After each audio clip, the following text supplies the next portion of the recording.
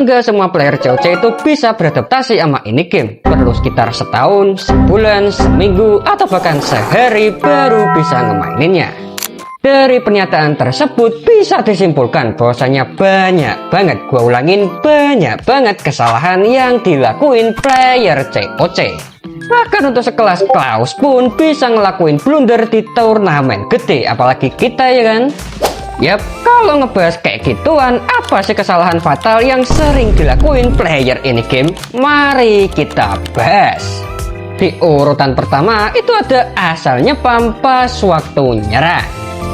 Gua akuin sih nggak semua orang di dunia ini tuh punya kebebasan dalam bermain game. Ada yang punya pekerjaan, ada yang lagi nganggur, dan lain sebagainya.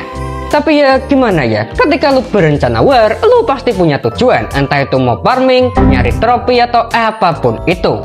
Dan semua tujuan lu itu punya pasukannya masing-masing, gak bisa disamain. Kalau mau farming, ya make pasukan farming. Kalau mau war, ya make pasukan yang bisa ngeratain hampir segala tipe base.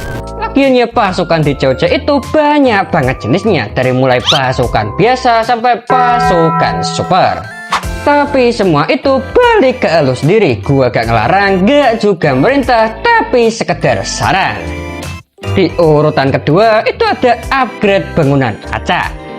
Sebelum upgrade TH, rencanain dulu gua bakal tingkatin apa duluan sesudah TH. Apakah itu storage, pertahanan, tembok, atau malah jebakan? Perlu direncanain dan gak bisa ngasal, soalnya ini bakal berpengaruh besar buat progres kedepannya. Jangan sampai ngeduluin bangunan yang kurang berpengaruh, apalagi yang harganya mahal, entah itu kayak jebakan, tambang, atau malah tembok. Malahan lu melupain bangunan yang paling penting banget, seperti halnya artileri, CC, ataupun storage. Maka dari itu gue ulangin lagi, rencana itu penting buat progres ke depannya.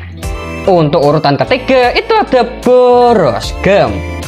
Oke singap, kalau semisal builder lu itu udah full bener dan gak bisa beli lagi. Tapi kalau semisal belum full amat, ya jangan boros-boros amat. Dikit-dikit mau percepat bangunan, dikit-dikit mau beli skin. Perlu diingat, lu bukan Widah. Apakah kalian mau sampai ke tel gede belum full builder? Kalau gua sih bener-bener enggak. Maka dari itu sisihin ego lu itu, lakuin yang sekira lu itu penting, baru yang lainnya. Di urutan keempat itu ada nimbun resource. Apa sih tujuan lu ngelakuin hal kayak ginian? Apakah buat jaga-jaga kalau semisal terjadi krisis yang siap melanda dunia ini? Enggak sih, terlalu lebay, ini cuma game. Lagiannya ujung-ujungnya juga bakal lo pakai. Gak ada bedanya antara sekarang dan juga besok. Selagi masih ada tembok yang belum dicat, jangan ngelakuin hal kayak gini. Tapi ya gue penasaran juga, apa sih tujuan lu ngelakuin hal kayak gini? Coba dah tulis pendapat kalian di kolom komentar. Di urutan terakhir itu ada gak ikut event. Kalau ngebahas event-eventan semacam ini mah gak terlalu wajib. Lagian ya lu sendiri yang ngerasainnya. Tapi semakin kesini, hadiah yang dikasih Supercell itu bener-bener gak ngotak. Dari mulai resource, buku, palu, sampai skin hero. Maka dari itu gak jarang juga ngerjain event semacam ini tuh bisa berubah dari yang tadinya itu cuman sunat doang menjadi sebuah kewajiban. Entah itu hadiahnya yang receh-recehan sampai hadiahnya yang bagus-bagus banget, semua dilakuin asalkan gratis. Maka dari itu kalau semisal ada event yang baru, jangan lupa digarap.